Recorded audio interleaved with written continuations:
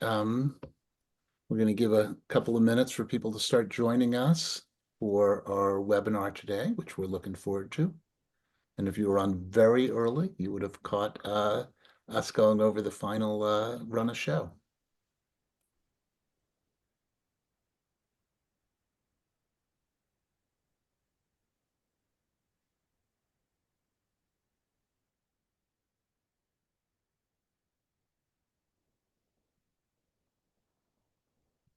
So I'll just say a few prefatory words and before I get to the introduction, or introductory words before I get to introducing our panelists today. We're really excited about it. One of the, people come to the issue of walkability from a lot of different perspectives. Personally, I came to it from just a quality of life perspective in my own neighborhood. I wanted to be able to walk to the local grocery store with my kids and feel safe. We had a neighborhood without sidewalks. Other people come to it from a safety, there's a safety issue. There are far too many deaths and injuries on our streets. Um, People can come into it from an accessibility issue. Everybody should have access to their world. 30% of the population doesn't have a driver's license, so they're out there walking or using some type of mobility assistance device. And walkability, broadly defined, no matter how you get around, really matters to accessibility and economic opportunity. But at some point in this process of my work, I discovered, by the way, decades ago, I discovered the pioneering work of our first panelist today, Larry Frank, who'd done a study in King County in which he had tracked the health outcomes of people based on the types of neighborhoods they lived in. It was a long-term study, and the evidence was extremely powerful. And that work has continued and gotten deeper. And in fact, we'll hear more details, but we tend to think of transportation too often as a mobility issue. What's the best way to move people around when it's really a much, and attach dollar figures to that. And we tend to neglect the really powerful health impacts. So today's webinar, Planning for Walkability is Planning for Health, features Larry for his work. And the research and what it shows about its effect on individual health and the value of it to communities. We're also joined by Kim Anderson, who has and she'll outline her details, her credentials more fully and the work she's done, but she's actually implemented this type of work in long range planning at her metropolitan planning organization. And finally, we have Alan Brooks, who is with the EPA, and the EPA has invested in and shares data about walkability and health, from a public health perspective across the nation. I think it's a tremendously underutilized resource. It's something I look at as quite often. Um, Walkability is not just an issue for big cities. If you look at their walkability maps, you'll find that, the traditional core of many large, medium, and small cities and small towns are walkable. And it really affects the health of people if they can have access to those benefits in terms of residents and services. So I really encourage you to look at those resources as well, and he'll share them. So with that, thank you all for joining us, and I'm going to turn it over to Larry to kick off with um, what we know about walkability and health, and the rest of us can go off screen and let Larry have the stage to himself. Thank you, Larry. Thank you, Mike. Good morning, good afternoon, everyone, depending on where you are. Am I audible? Yes, you are. Okay, so I'm going to share my screen. Give me a moment.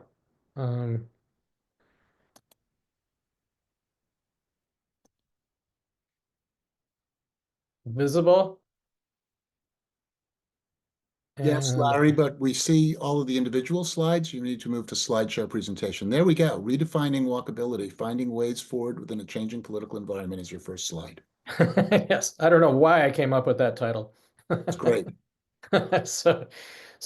Yeah, we've for decades been, I started doing this work in the late 80s. And I'm first of all, thank you so much, Mike and America Walks, for having me here today, and for including Kim with San Joaquin Council of Governments, and Alan with EPA, two great colleagues who have been working with for a long time, one at a regional level and one at the federal level. So I thought I would call this redefining walkability because we're at an analytical and really definitional change point in the walkability world, where we now are able to include pedestrian environment features, things that the public, the average person think of when they think of how walkable their neighborhood is. We can actually include these things now. So I'm going to talk more about that, which is a very important advancement, and we'll get into the details. I think we all know that we're undergoing a changing political environment. So technology and behavior and two sides of the same coin. I like to start off with this slide because it's a reminder that it's really not just health, but climate change as well, that creating a less car-dependent environment helps us in many ways. And two of them that mirror each other really is reducing carbon from travel. It's our only hope is to actually reduce the amount of energy needed for getting around and making places possible to get around by transit and active transportation is key from a both health and climate change perspective. So why integrate health and transport? So Urban Design for Health is a company I developed uh, almost 30 years ago. And following some of that early work that you mentioned, Mike, or right about that time. Um, We've been working on this topic for a long time, and I also mentioned at the University of California at San Diego, New Urban Studies and Planning program where I'm located, is working very hard on these topics as well. So integrating health and transport, we do it to achieve public health goals, to achieve transportation goals, and shared resources and guidance for transportation and health professionals helps us get there. So this was a part of a study we did for Transportation Association of Canada, but reminding at the beginning our collective purpose is safe multimodal systems, travel mode choice to increase options in active transportation, transportation access to health promoting resources, supporting mental health, lots of new evidence on the mental health effects of walkability and green space, reducing air pollution or exposure to air pollution, noise, and I will mention injury risk, which is one of the ways forward in a changing political environment, is the safety dimensions that come from having a walkable environment. Health equity, and then monetizing these outcomes. The economic realities is that the health impacts are huge, and the economic related impacts of the health outcomes is quite considerable. I could be getting into that. So monetizing those economic effects of reducing chronic disease, promoting workforce productivity. We've just been through a pandemic, and now we're in a different world. There has been some benefits from the pandemic, I guess some silver linings. One of them is more willingness.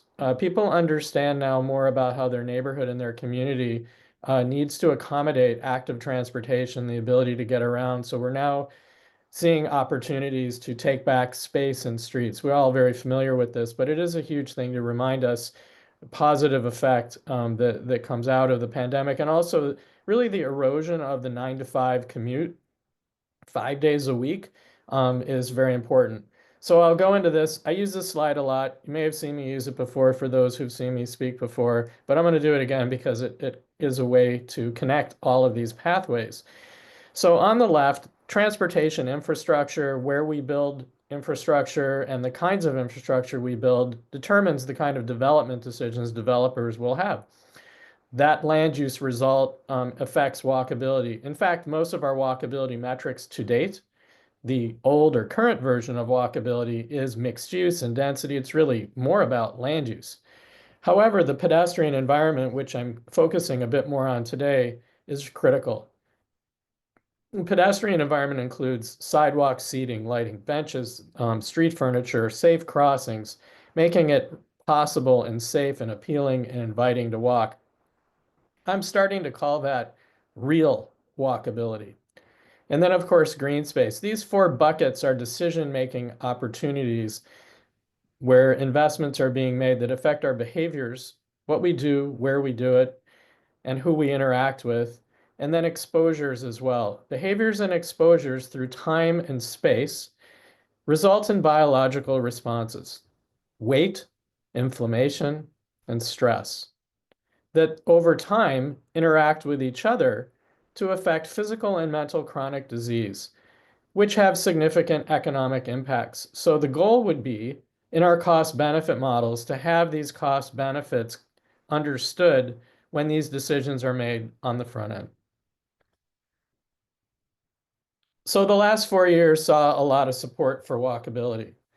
Um, as Biden got into office, Justice 40 was signed into law, or I think an executive order, with very ambitious goals. And a lot of money and investments were made and raised the bar, and a lot of opportunities were created to promote walking and walkable communities. Preceding that, 2015, I think, was the US Surgeon General's Step It Up call to action.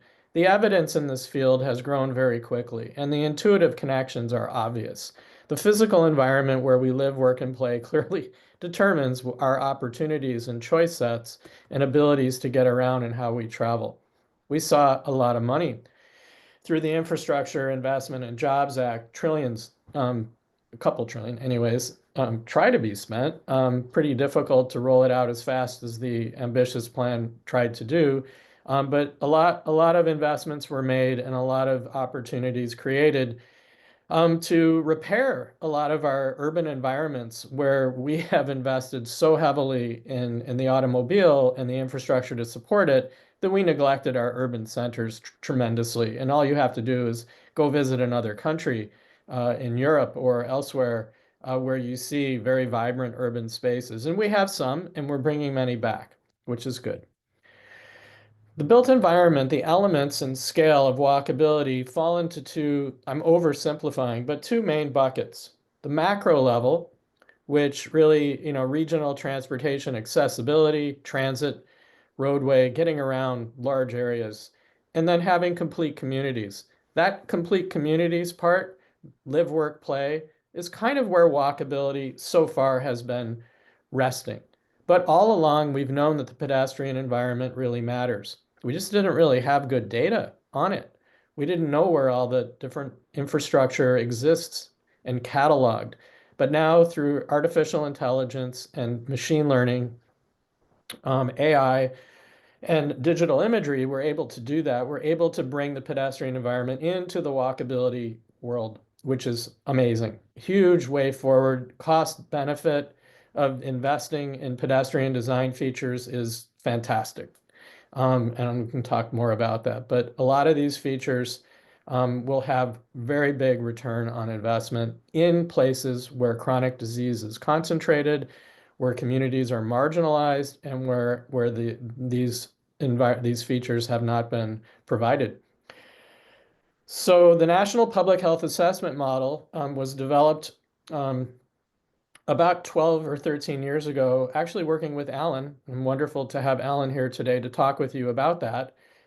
He and I together, EPA and Urban Design for Health and other funders have been supporting and developing a tool that takes a body of evidence, available data today, and has been modeling for a long time. Peer-reviewed papers have been coming out, recently passed, and Alan can mention this, I think the EPA's own peer review process. NFAM's been applied in many regions of North America, and it's growing. And we're going to talk a little bit about the next steps. So NFAM, and I will mention Robert Wood Johnson Foundation supported the development of a lot of the indicators and data that goes into NFAM.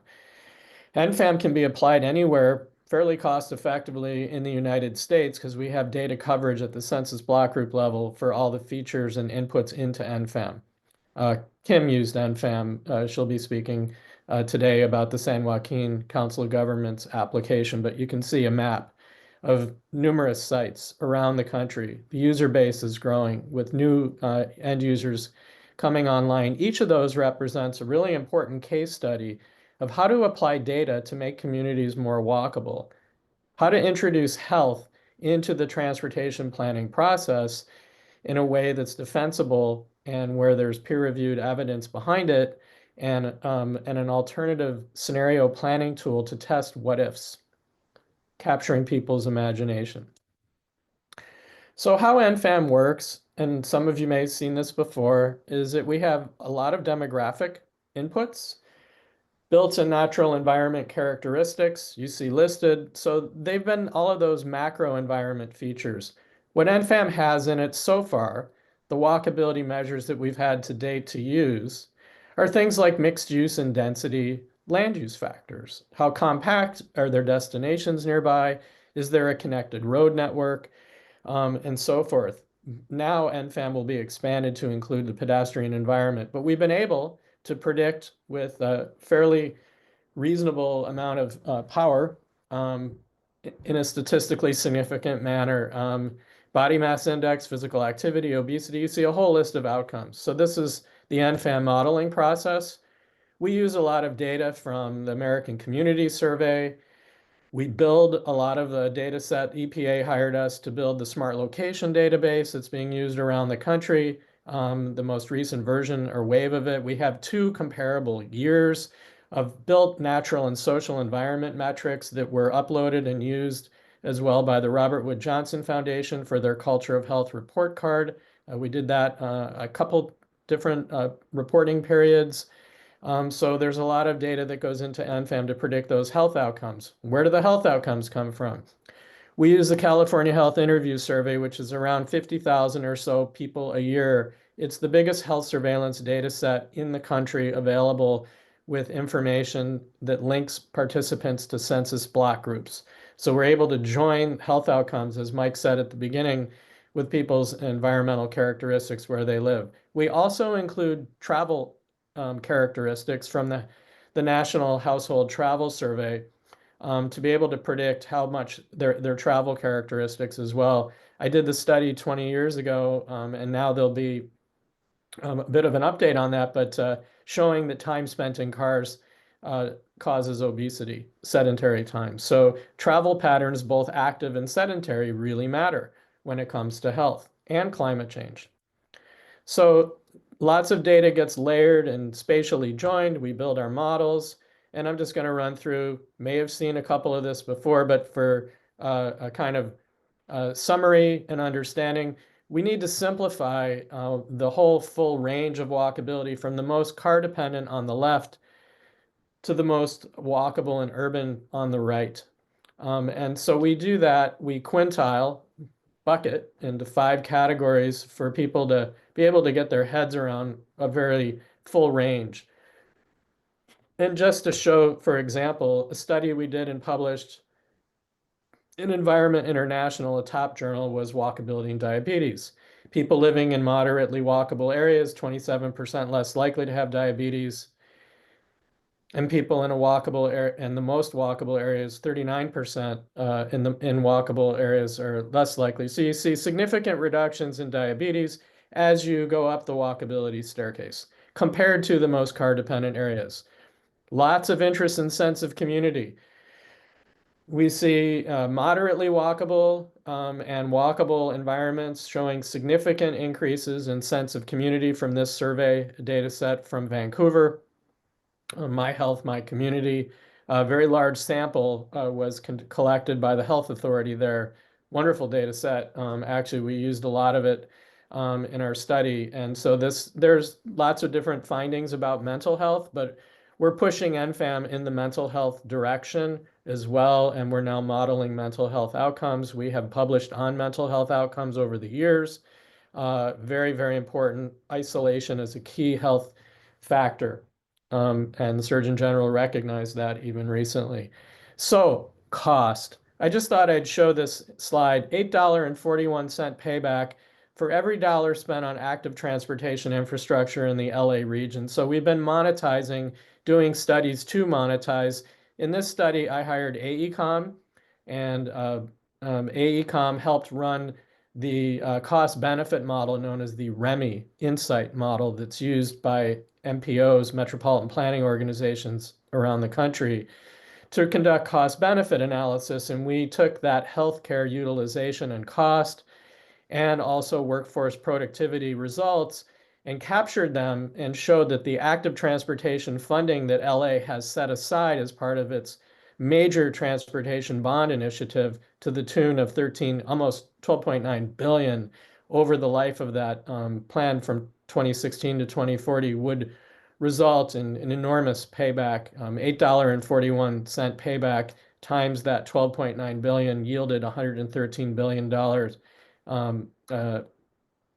benefit over the life of the plan. That helped protect that money from other lobbies trying to say, hey, sidewalks and bikeways are great, but we can give you better return on investment through roadway expansion, moving goods, and so forth. We're able to show that actually not so much the case. Comparative, actually, the numbers on the health side are significant. So, linking macro and micro, so that this is a little bit of a technical term, but let's talk about the pedestrian environment for a moment. So we've been looking at the features needed to make a full, complete community, a safe community that is one where people actually can walk.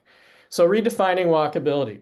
Current definition of walkability is outdated, based solely on macro level factors of proximity to destinations and connectivity of the road network. Pedestrian features are now detectable, as I mentioned, through AI and digital imagery, and that captures how the public understand and perceive the environment. Sidewalks, street furniture, crossings, seating, and trees.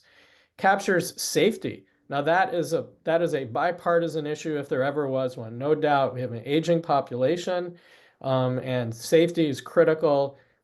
It captures how people understand the appealingness of the environment, and it's actionable, cost-effective, fast, and policy relevant. We did a big study recently on this, working with Dr. Mark Adams at Arizona State University and Jim Salas, longtime companion, a research colleague of mine, and we've been doing work together for almost 30 years at University of California, San Diego, where I'm located, where we had a large data.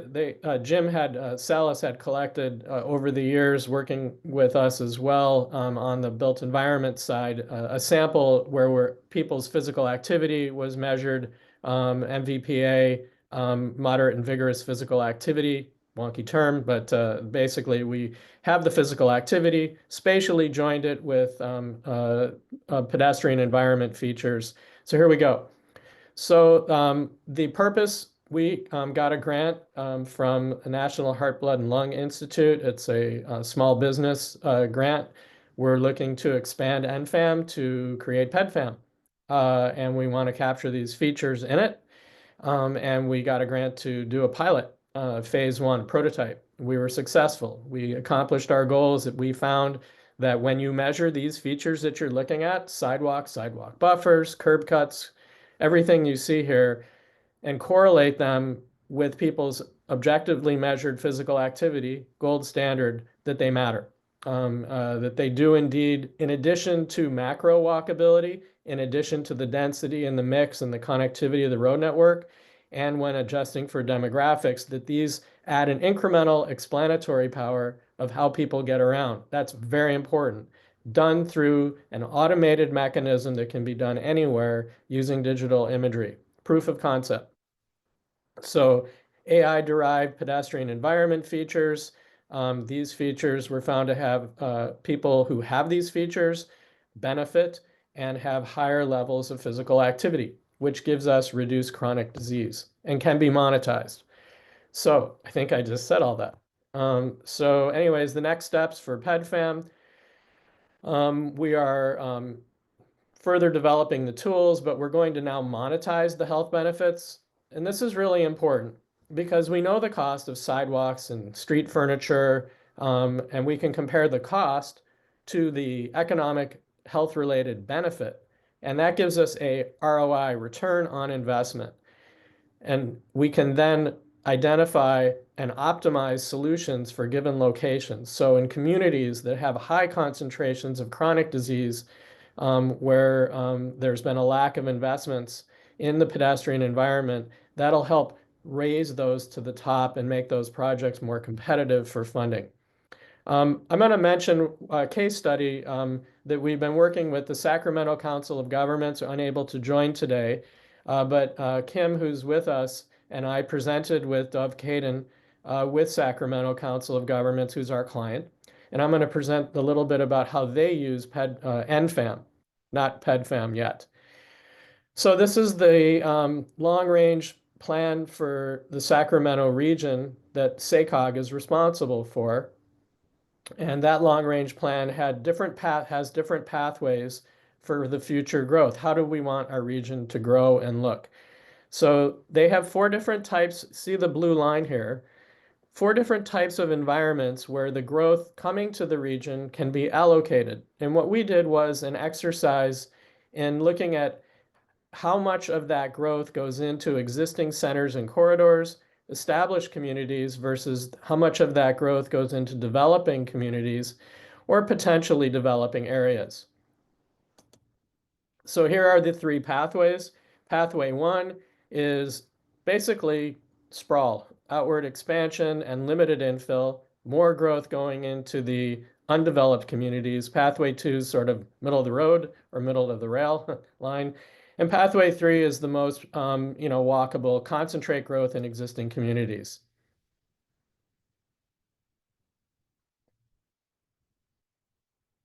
So here's coronary heart disease. I'm just going to use one example. So we're going to make pathway one our baseline. And I'm just going to show you. So there's two pieces of information here. This is the amount of people that are going into these four different types of communities. And you can see most of the growth goes into developing communities, the blue bar. And the red line is the prevalence rate of coronary heart disease, which increases from the center to the edge, basically built off of the physical activity, the variation in physical activity that's predicted from the most to the least walkable. Now here's pathway two, a 5.8, let's say a 6% reduction in chronic disease by allocating more growth into existing communities. And here we go. Pathway three, the most progressive one, an 11.4% reduction in coronary heart disease. So that's how this information is starting to be used. So the decision makers on the board of Sacramento Council of Governments were presented this information. I got to learn, working with them, how to present this information so that it's usable within their decision-making process. It was a wonderful opportunity and hopefully has had some impact. I asked, kind of how effective that was. Did it help determine, help shape the outcomes? And I can't speak for him, but he did indicate that it was helpful and on its own maybe didn't turn the world around, but boy, it sure adds a lot of credibility and understanding to the implications that are health related. And actually, I think what I did capture was that the board did understand, and it may have moved the needle towards the more sustainable pathway three side of pathway two from what otherwise may have been a more automobile oriented focus. So lastly, recreational versus, so the Sacramento region is similar to many regions where the public kind of view that we can get our health and drive. We can drive and then be physically active.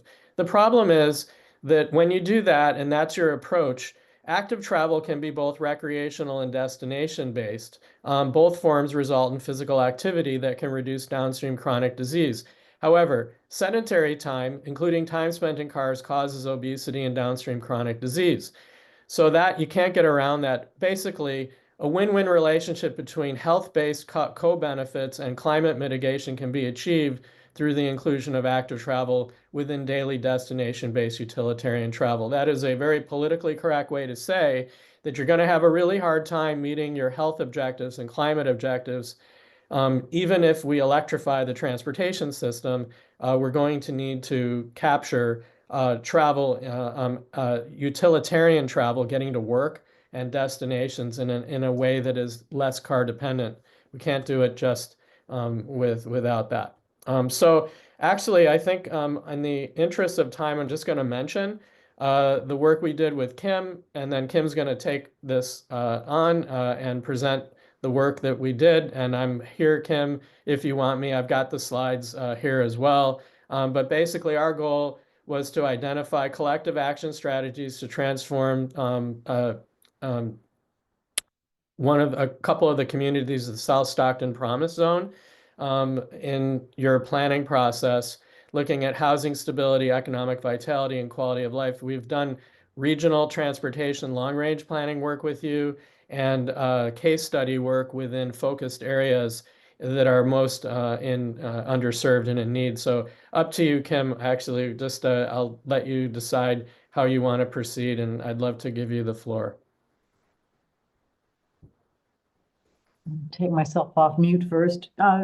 Thank you, Larry. Every time you start talking about how long we've been collaborating, I I do a double take. It couldn't possibly have been that long. I'm not old enough, but Me either. yeah. So I'll stop sharing my screen. Do you want to Okay. share your screen? Very good. Yep, I Okay, do have some excuse me. Give slides. me a moment here. Figure out how to do that.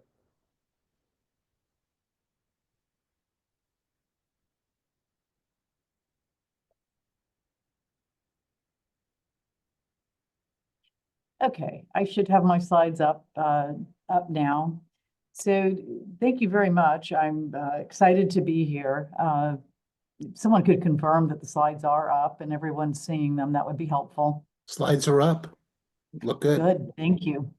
Yeah, my name is Kim Anderson. I'm the Deputy Director for Planning here at the San Joaquin Council of Governments. And for those of you who aren't familiar with us, we're a single county MPO in the center of the state at the very northern end of the San Joaquin Valley, which stretches from Stockton and San Joaquin County all the way down to Bakersfield and Kern County in the south. To our immediate north are our friends in Sacramento. They're a multi-area metropolitan planning organization. And then, of course, directly to our west is the San Francisco Bay Area. We sit in a bowl of a valley between two mountain ranges, predominantly agricultural and rural, but the city of Stockton is quite urbanized. And Larry talked a little bit about the work that we've done looking at the more urbanized area of Stockton.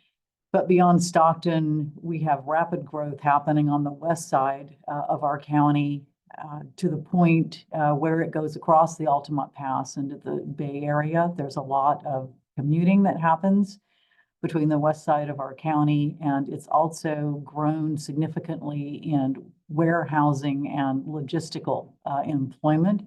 So we also have a lot of truck traffic. So what I'm hoping to talk about today is to build on what Larry has talked about, how this relates to long-range transportation planning and how we've been able to use this to explain to policymakers and to provide the tools needed to make policy decisions based on other metrics besides what we've traditionally provided, which comes out of travel demand modeling. And frankly, it's more of a blunt force instrument, and it's being used in ways that it was not originally intended. And that's where the work that Larry's done can be very helpful in helping us to explain the benefits of this link between transportation planning and land use planning and where we sit as far as a policy-making body in providing this information to the public as well and working with our advocates. So I am going to talk through the progression of our use of health metrics as a tool at the regional scale, and then I'm going to zero in a little bit on this case study that Larry talked about, the South Stockton Promise Zone. This was originally named because they were looking for a Promise Zone designation, a federal Promise Zone designation. We've kept the moniker, but South Stockton has always been a place-based community in the city of Stockton, central area. It's bifurcated by a freeway, State Route 4, also known as the Crosstown Freeway. And SJCOG has partnered over the years with many nonprofits. One notable one is Reinvent South Stockton Coalition, but there have been many others over the years. So we're talking specifically about integrating health-based planning into our long-range transportation plan.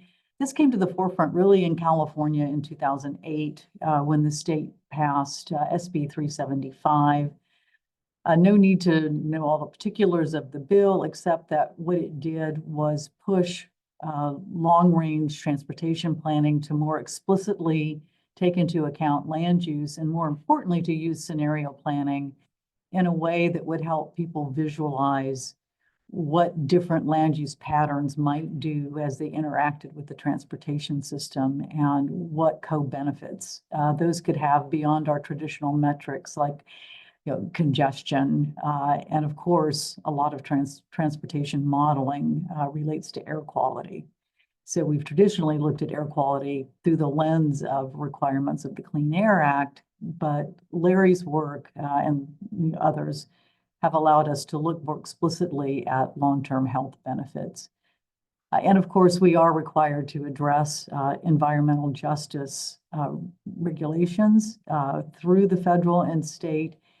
Those are pretty prescribed metrics that we use there, but again, using health metrics allows us to add to that conversation and to have a more intentional focus on health and active transportation. So this shows where we started working with Larry originally as we went into our 2018 Regional Transportation Plan, which would have been our second version of a sustainable community strategy and another iteration of using scenario planning and envisioning different land use scenarios. I guess it was a pilot study, but we did use a lot of the metrics when we were explaining to the public how there were differentials between these scenarios. So here it's pointing out what became known as scenario 2A. Again, no reason to know exactly what that means. But if you can see from the progression of scenario 1, you can look at there were some benefits in the increase in total recreational physical activity in the way that we applied the NFAM model. And I have to say, Larry was being very generous when he said that we were applying the NFAM model. We have worked very closely with UD4H. Our job is really to take the outputs and explain how those relate to our development of a regional transportation plan. But we do rely heavily on our smart friends to implement the models and to help us in describing those models to our policymakers. So I'll say that the final report also conducted a health equity analysis that helped us understand the distribution of benefits across different communities. I can, after the fact, share some links to all of these different studies if you have interest in looking at them. So a little bit more about the South Stockton Promise Zone. We did talk about it is one of the most disadvantaged communities in a very disadvantaged county. So we have a large percentage of our census tracts that fall into whatever definition you look at of disadvantaged communities, whether it's a state or a federal designation through the various models.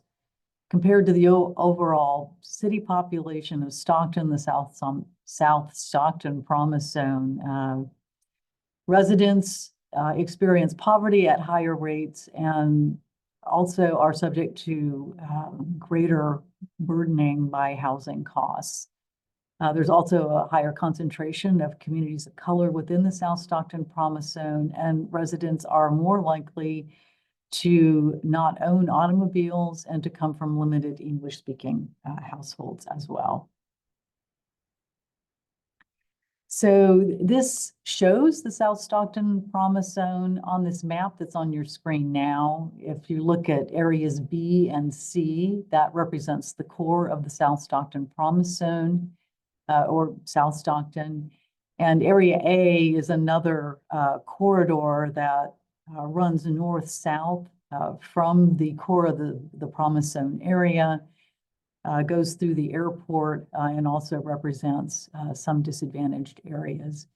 Between these two maps, you can see the map that is deeper purple is showing the change in walking for transport, where the darker purple shows increases between the two land use scenarios and the transportation investments, and it allows us to visualize in a very real way the difference that changes in land use and more investment in active transportation can make.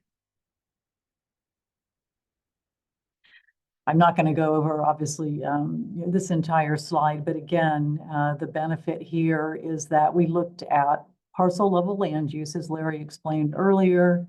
He was able to identify custom development place types that allowed us to compare directly the difference between a baseline scenario, which was mostly business as usual type growth, the adopted scenario, which, I will tell you, the adopted scenario had a dramatic increase in density as well as funding going into active transportation. So I do want to, emphasize that coming into this 2018 plan, there had already been a larger policy conversation. And then we compared that to a bolder scenario, which looked at more infrastructure investment as well as increased density.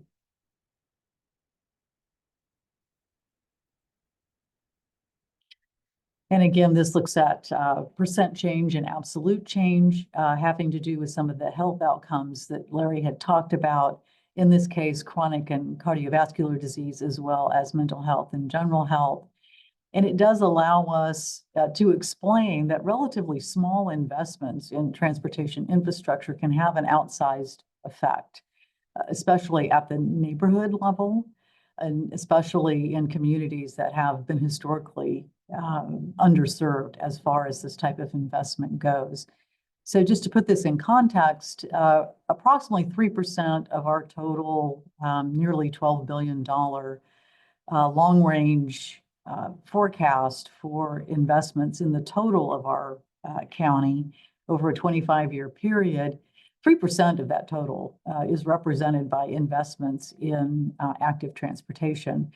This is partially because active transportation investments tend to be a lot more, well, they tend to be smaller investments just on sheer size of the projects. But also, as you add a small percentage, you're adding quite a number of projects.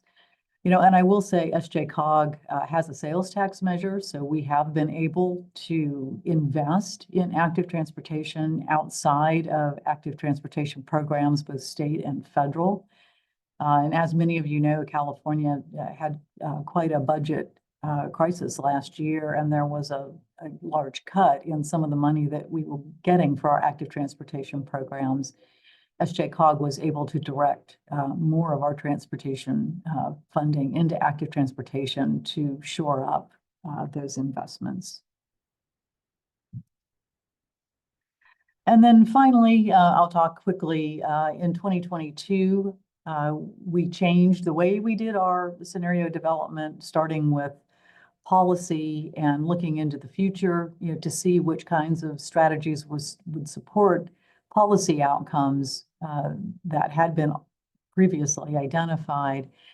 It also sort of lessened a lot of the technical work that we were doing at the front. And so with our health metrics in the last plan, we tended to focus on the differences between low-resourced areas and higher-resourced areas, how that differed from, again, comparing to a baseline, which would have been our previous plan, and to make sure that these investments were having desired effects across all of the communities.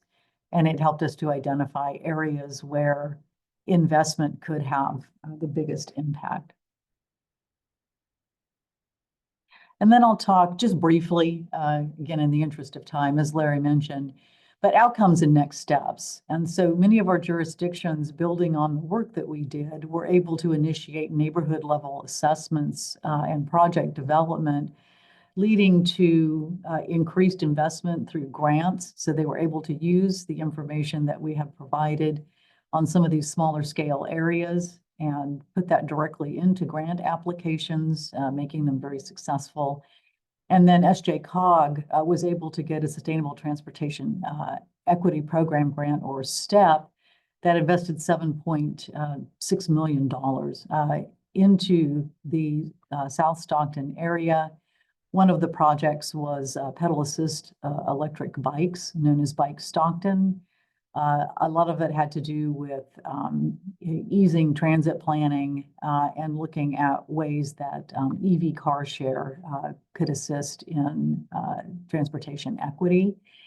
And then consideration of these health metrics for active transportation and other programs or project scoring. And we are initiating a best practices in delivery of bike and ped infrastructure that will develop grant application packages for our jurisdictions to use. And we are looking forward to working with Larry and his team on his updated versions of the tools and how we'll incorporate that into our ongoing 2026 Regional Transportation Plan and Sustainable Community Strategy. So thank you, team. I will stop sharing and turn this back to you. Alan, your turn. Okay, now let me share my screen.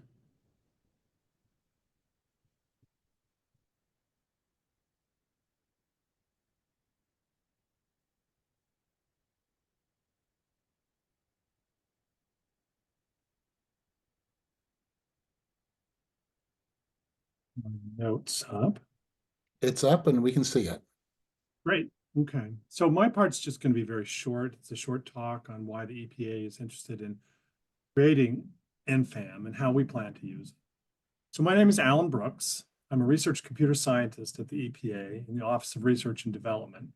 I am at the Pacific Ecological Systems Division Lab in Corvallis, Oregon. I've been here for about 15 years, and most of my work has been in creating and running environmental models.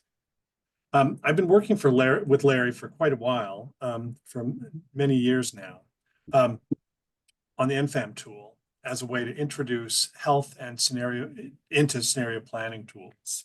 I became interested in scenario planning tools a number of years ago when our Office of Sustainable Communities, which is now the Office of Community Revitalization, asked me to come to a scenario planning conference in Portland, Oregon. So at that conference, I heard Larry give a talk on a regional tool that could plug into scenario planning tools and predict health outcomes given changes to the built environment. And I thought that sounded like a very important and promising tool, and asked if it might be possible to build a national tool that did the same thing as the CFAM that he was talking about. And NFAM is really the result of that. So the EPA's mission is to provide human health, to protect, human health and the environment. And the EPA provides numerous tools that allow individuals and communities to discover ways to improve health. And among these are things like Air Now and Smoke Sense. So those are air tools, but other tools, water tools, and tools for various other things. So NFAM is another tool that will help fulfill the EPA's mission. So, which is one of the main reasons why I was interested to begin this work. So early versions of NFAM have been available for some time now, but we're excited that we now have a version that is pretty much complete and has been peer-reviewed by the EPA. We hope that the tools communities and individuals will find NFAM useful, and we've heard that San Joaquin Council of Governments is finding it useful, and that Larry has said there's a number of other places where it's been used. We hope it becomes more widely useful, both directly or from within scenario planning tools, and both for individuals and communities. So within the EPA, we're working on incorporating NFAM into another tool of ours that we call the Enviro Atlas. So the Enviro Atlas, so just a bit about the Enviro Atlas. It's quite an extensive tool, and it's been in development for many, many years now. But basically, it's just an online resource that provides geospatial data with easy-to-use tools and other resources related to the benefits we receive from ecosystem services. The atlas provides maps relating to ecosystem services, chemicals, non-chemical stressors, connections to human health, and equity. So NFAM is sort of a logical fit into this tool. The atlas provides tools for finding relevant data, provides an interactive map for looking at various places and many layers that can be looked at from spatial perspective. It also has a tool called the Eco Health Relationship Browser, which allows you to look at connections between various spatial aspects and health. And then many tools for analysis. NFAM will be yet another.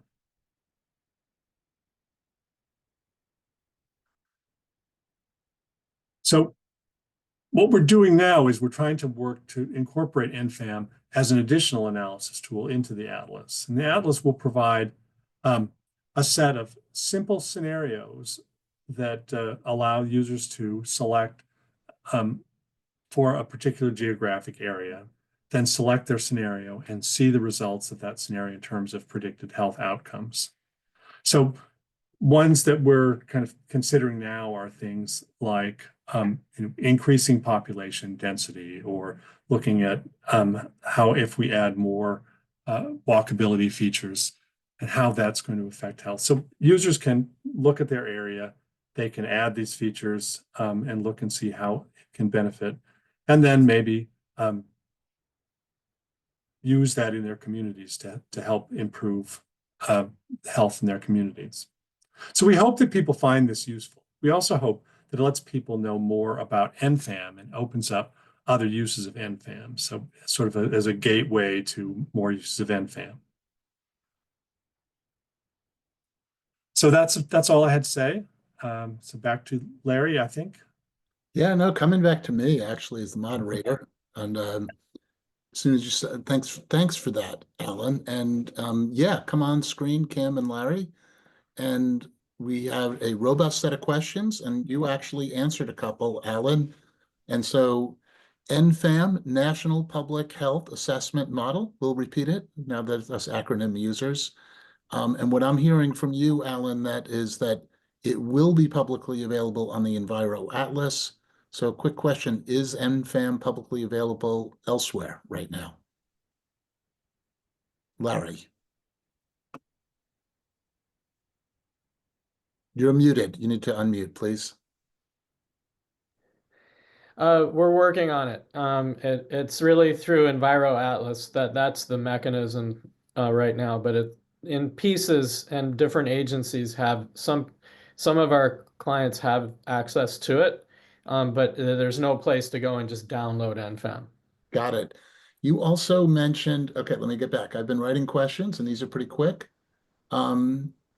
Is NFAM, it will be available for all states and all areas? Okay, we got a yes for that. And that, of course, would include. Well, yeah, I guess so. It depends on how Enviro Atlas does it. Just to want to mention that Kim needs to go pretty quickly. So just so you know that if you have any questions targeted at Kim, she'll be gone first. Got it. We're going to keep knocking them off. I'm going to knock off the easy yes, no's, and then we'll get to some meaty ones because I think it was important.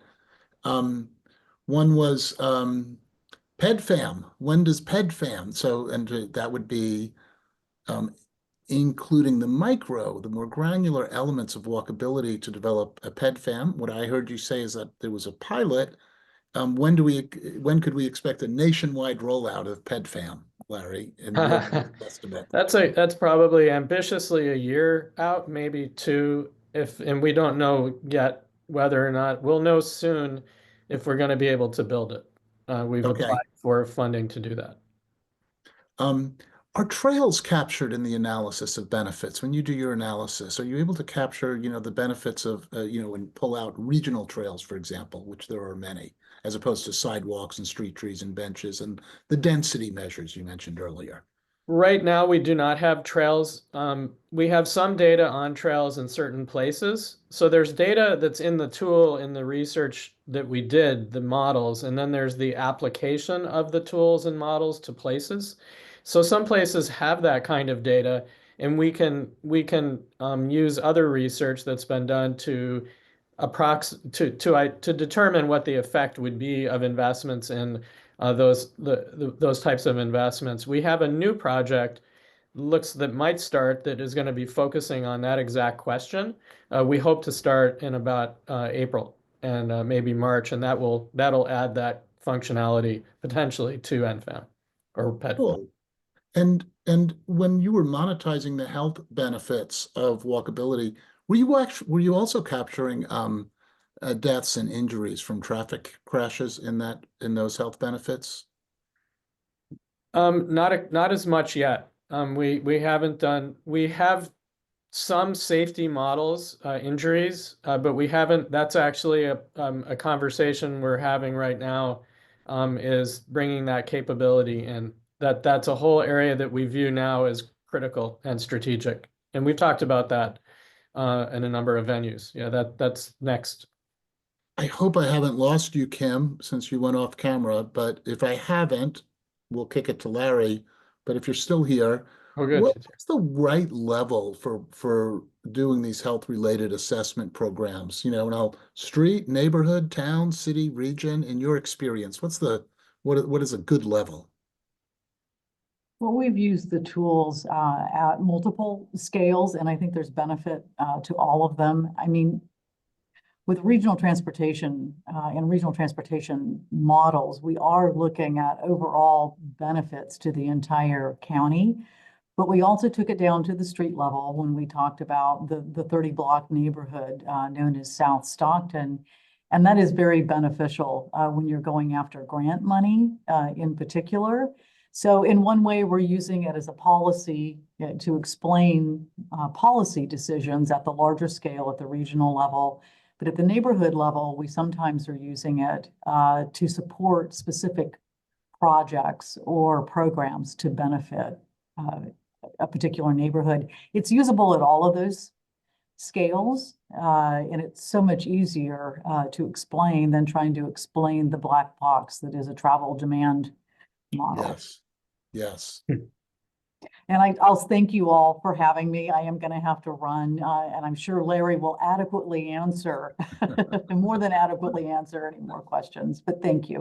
Thank you, Kim, for being here today. Yeah, thank you, Kim. That was great. I'm going to since we're going to lose some people, I'm going to ask everybody to stay on. We'll do a few more questions and answers, but because we often lose people at the hour, I'm going to do my final slides of the day.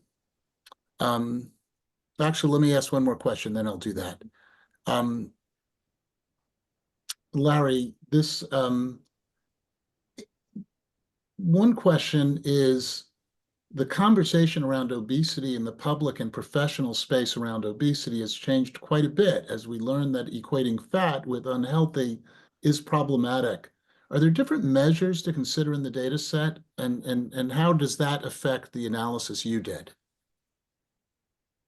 I interpret this as the sensitivity around the term and trying to look at, well, we try our best to model and predict through physical activity.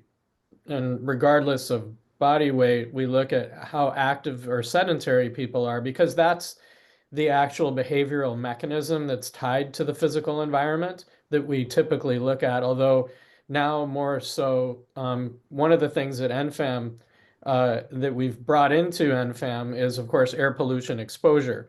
And then Alan can mention this as well, but EPA's one of the primary mandate is air quality.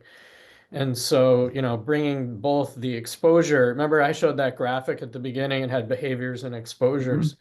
So, the truth is, though, that chronic disease is linked both with body weight and physical activity. And we have not shied away from looking at both.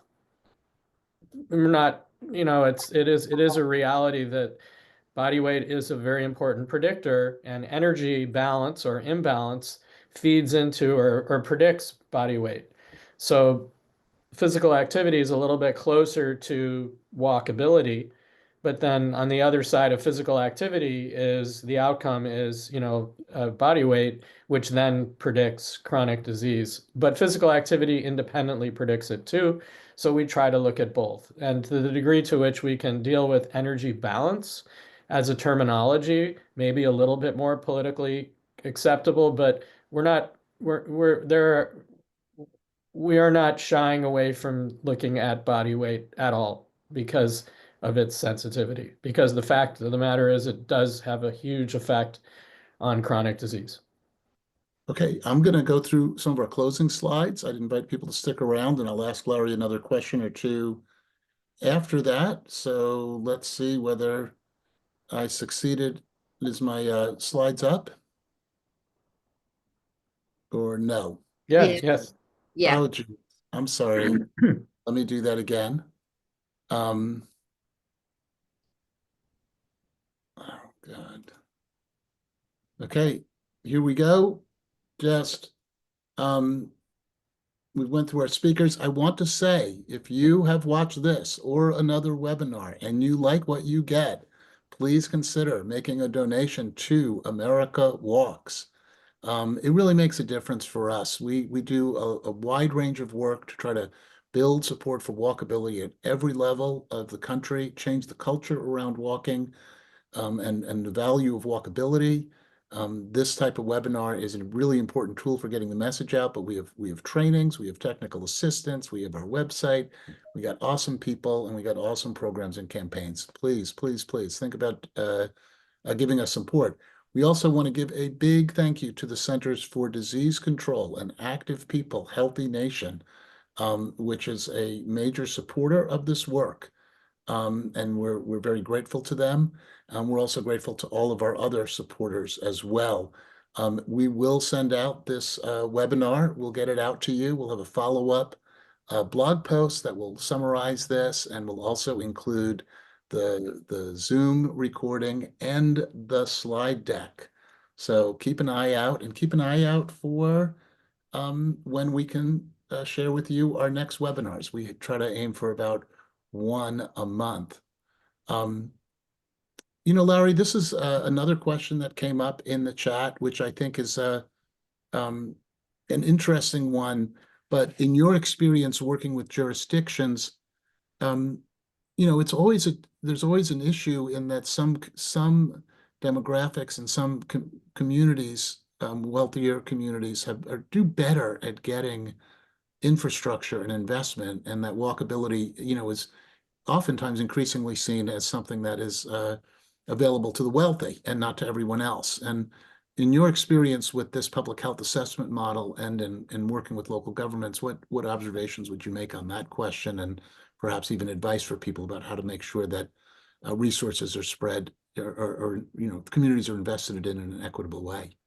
Thanks for that question, Mike. That's a really good one. And Alan, please add any thoughts you have, because I know the EPA has to deal with social justice and equity a lot. So on our side,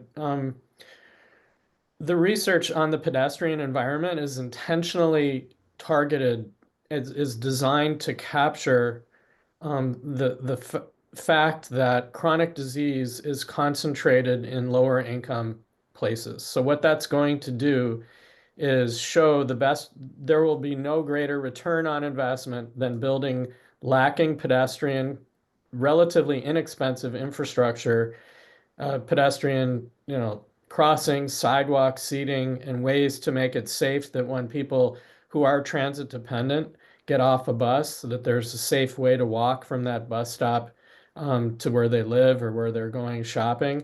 Those examples are rampant in our society. So I intentionally pursued that area of research because I know that that's where chronic disease is concentrated, and I know that that will yield the greatest.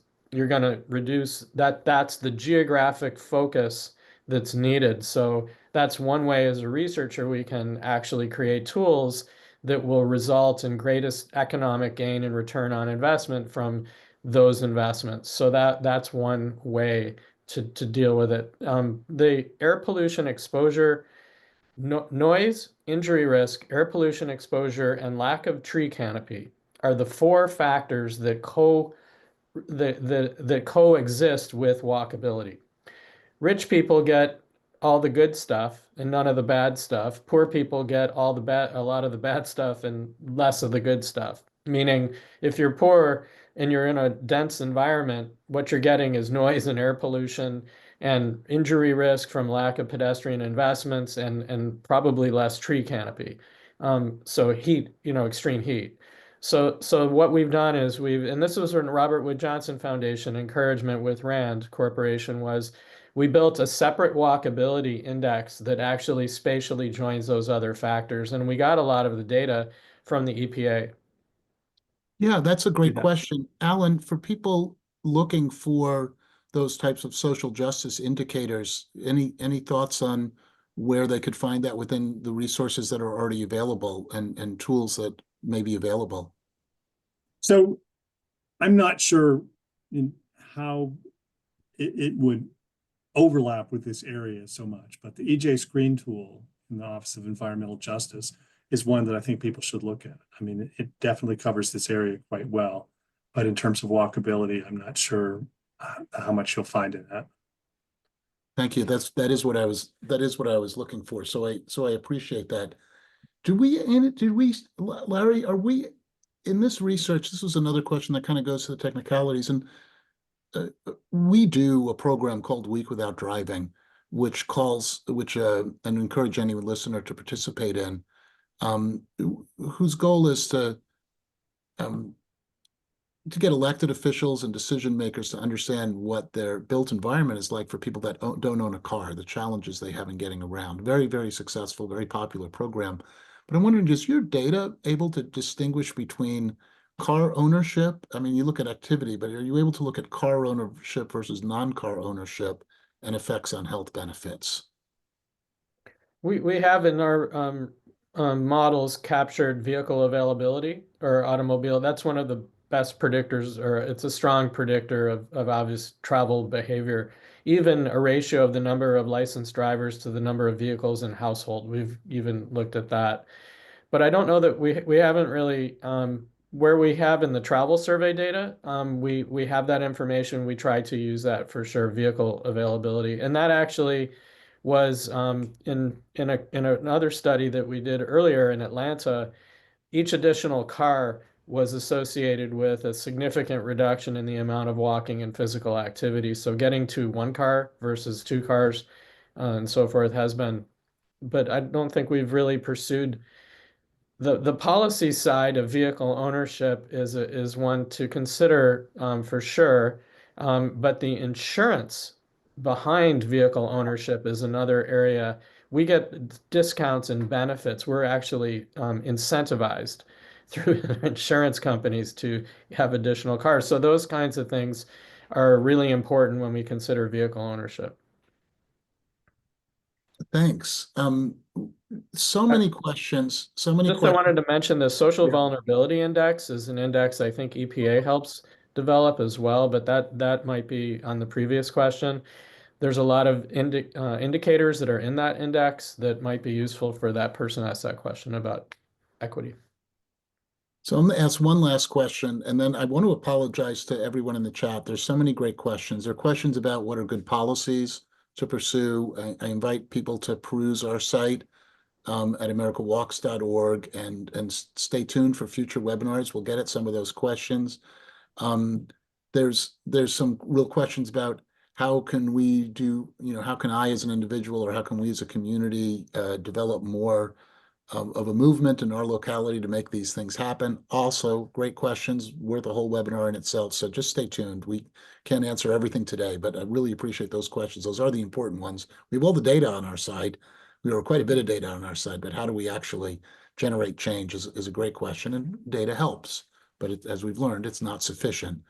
There is a series of questions that I think one of the challenges for this is, rural towns or rural communities, they may have pockets of walkability at their core, like they may have an old Main Street at the core of it, but really, otherwise it's quite spread out, and it creates some challenges. Is there any particular tools or focus on rural communities in this work that you'd want to point people to, or methodologically thinking about small towns and rural communities as opposed to larger cities in terms of some of this analysis?